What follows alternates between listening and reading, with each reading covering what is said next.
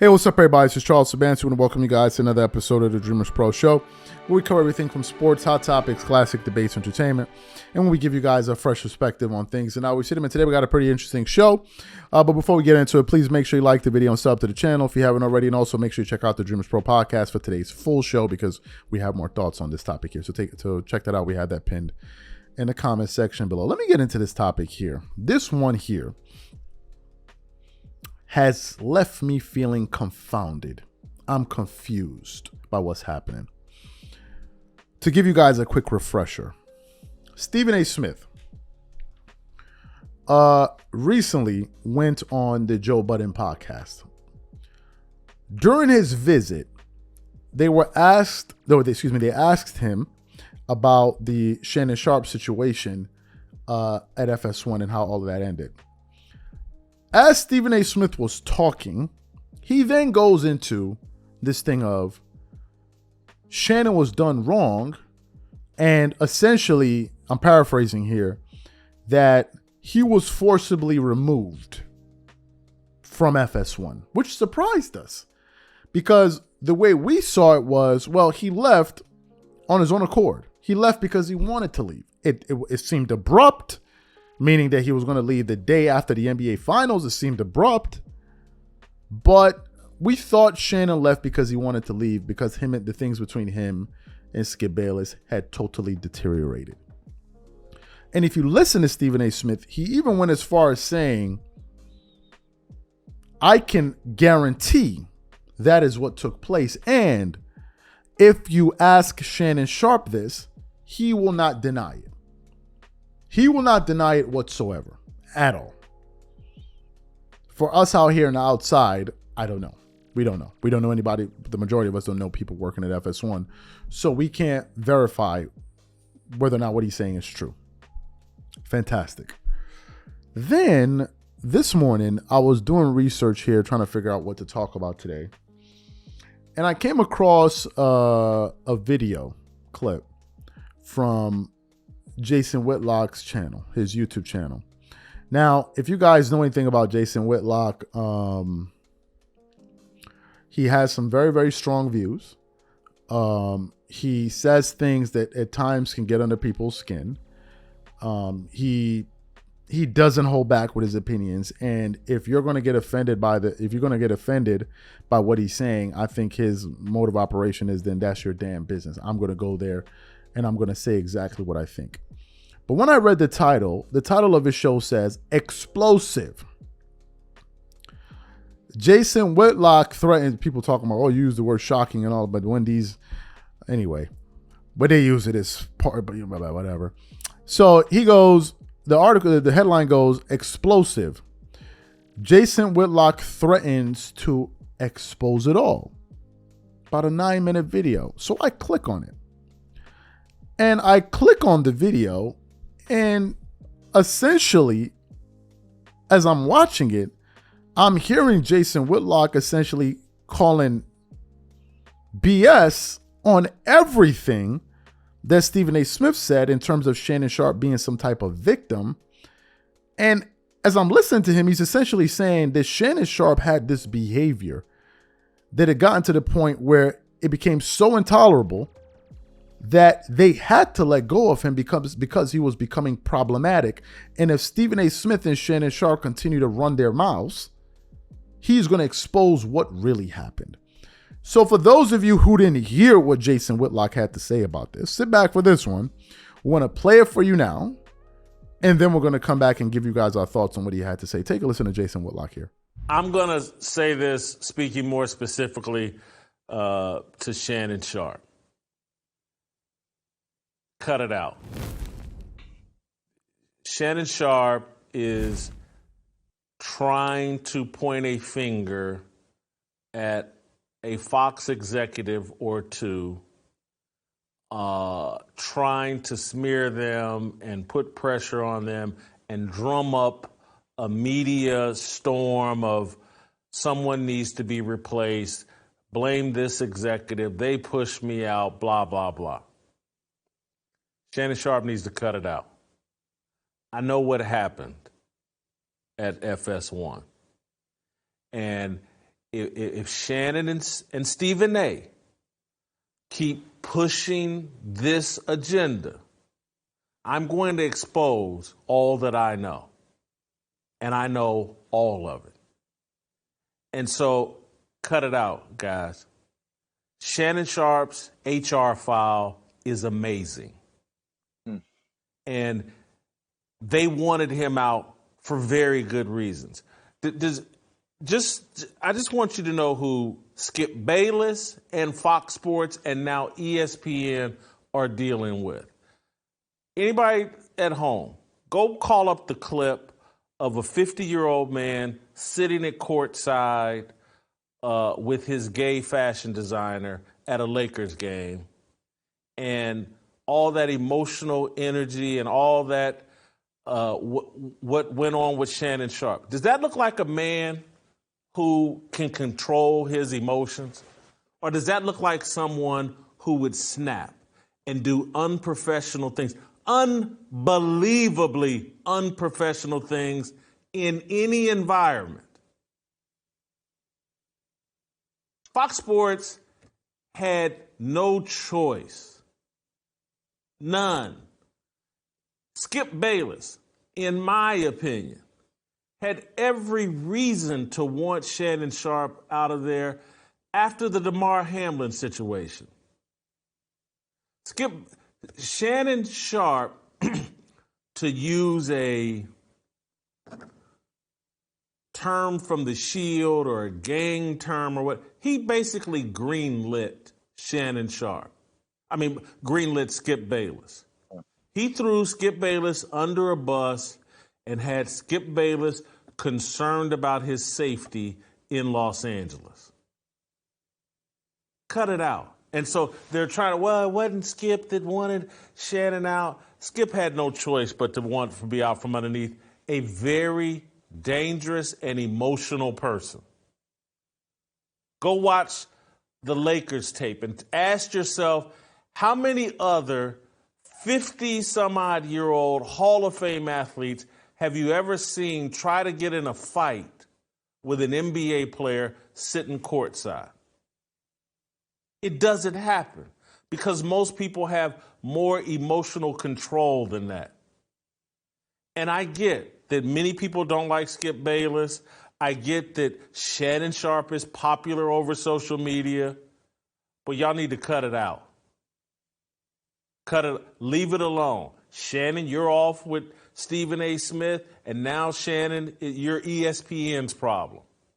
And when you snap there and can't control yourself the same way you couldn't control yourself at that Lakers game, that's their problem to deal with.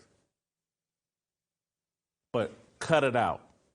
Go do your show. Club Shay Shay is great. You got the deal with Cowherd and the Volume. You're doing something with Chad Johnson. You've moved on to better things. Trying to smear people and damage people on your way out the door and to drag Stephen A. Smith into this, and you're some victim and they wanted you out. Cut it out. Leave it all, because I will go there. All the way there. This the guy you saw snapping at the Lakers game, that's Shannon Sharpe in all environments. And some of this stuff, a lot of this stuff isn't a mystery. Go look and see why CBS Sports walked away from him and all the different allegations that made them uncomfortable. Cut it out. So you heard what Jason Whitlock had to say there. Before I even get into my points and react to what he said, I just got to say this. I'm all for people saying what they think. I'm all for people telling their truth. I'm all for people doing what it is that they want to do, to be totally honest with you. However, there's something that I have to talk about, and I have to speak my piece on this. I'm not saying that what Jason Whitlock is saying is not true. I'm not saying that. However, why is it always black, black, black, black, black, black, black, black, black, black, black, black, black? Why is it always black, black, black? All of the commentary seems to be targeted I'm not calling race here. And as a matter of fact, I'm qualified to talk about this because I'm a black person calling this out. So I would find it quite offensive for another person that's not black to then say, you don't have an opinion, you don't have a right to talk about this because it's not true. I'm black, so I'm noticing something that is constantly targeted towards me. Why is all of the commentary, not saying that it's not true, but why is it constantly black, and it's always negative, black this, black that, is negative, black. When does it finish?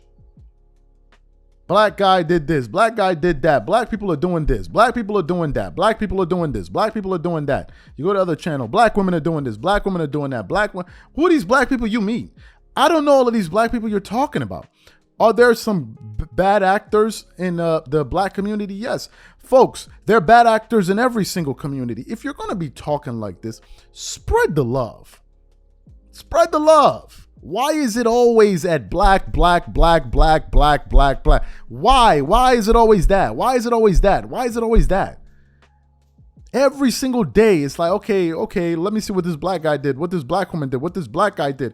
Don't you have anything else to talk about? You know, are black people the only people that are doing things wrong, doing things that are wrong? What is this?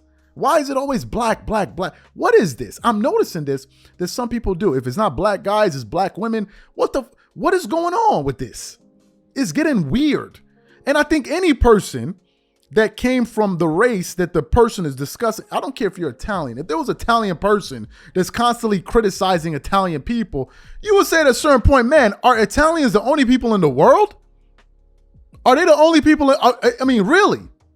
Is this your job, the ambassador of saying what the hell is wrong with Italians? Or if a Chinese guy was doing this, or if a German American guy, like, bro, are there not other people out there? What is this black thing? It's weird. Like, what is this? And why are you always talking about just the negative side of blacks? What is this? Not saying that what some of the things he's saying are not true, but why is it always this angle? Why are you doing this? What is this? And then at the end, we're going to sit up here and talk about, oh, I'm not into race. Of course you're into race. Everything about your saying is all race, but it's only targeted at one group. Why? Why do you get such a kick out of criticizing yourself? What is this? I just find that to be weird. And I've never said this, but it's something and he's not the only one doing this, by the way. He's not the only one doing this. I'm not saying that you cannot point out things that are wrong within a community. I'm not saying that. We need people like that are going to call it for what it is.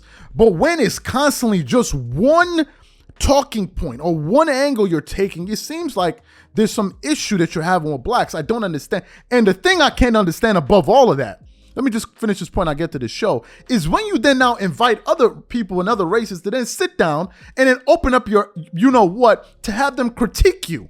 It's like, yeah, look at what these blacks are doing. What do you think about the way these blacks are behaving? What the hell is that about?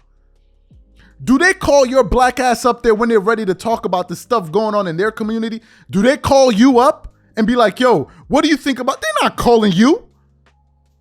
Why are you so quick to throw blacks under the bus? What is this? I just find it to be weird. And there are a lot of people doing this.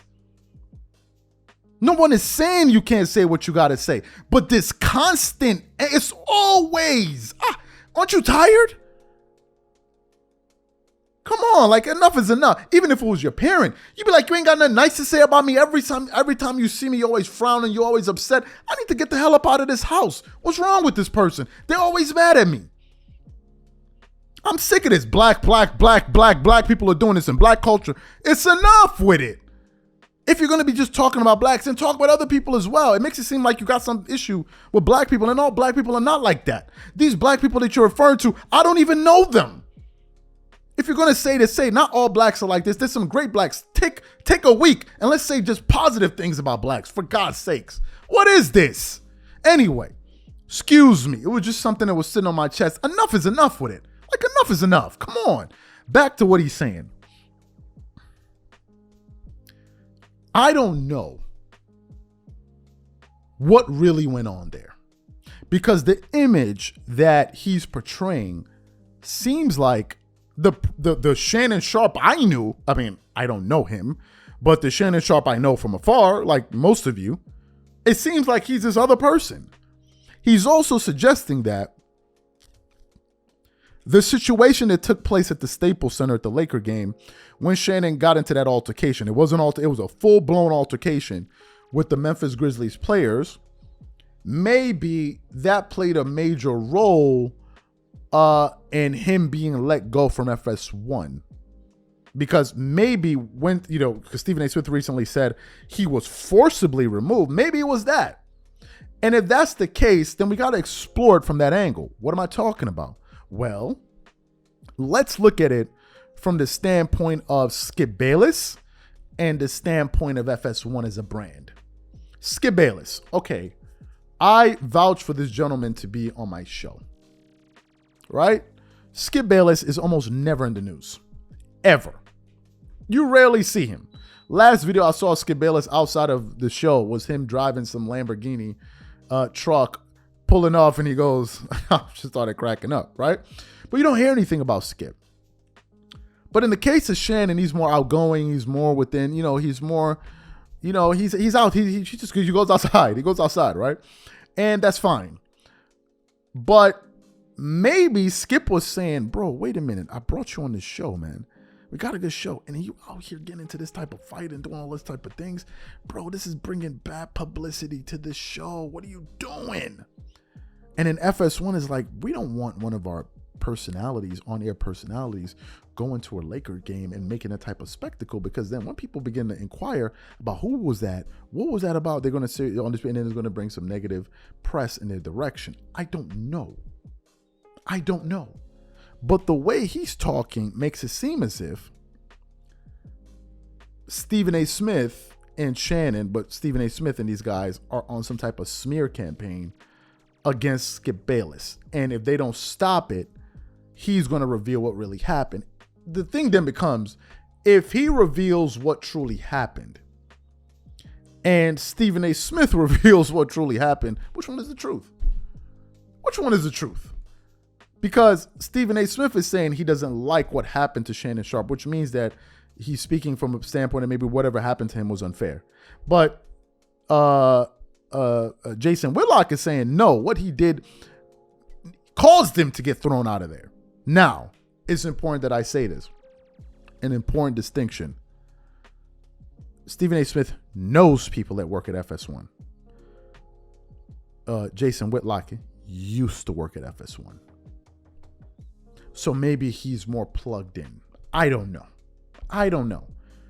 But it really threw a monkey wrench in this entire operation, because I was thinking, well, Shannon was the one that was wrong, blah, blah, blah, blah. And then he'd bring out this information.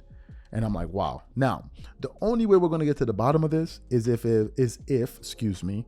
Stephen A. Smith himself, because now people in the media, because I was criticized, all you do is talk about what other people talk about. Well, it seems like people have been reacting to a lot of things other people are talking about. The only thing that will happen is, the only way we can finally get to the bottom of this is if Stephen A. Smith catches a whiff of what Jason Whitlock had to say, and then goes out there and responds to him. Then we're going to really get to the nitty gritty. But we'll have to see. So what I want to know from you guys is, what do you think about what Jason Whitlock had to say? What do you think about my analysis in this show? Whatever you guys think, please leave your thoughts and comments in the comment section, and we'll catch you on the next show. Peace.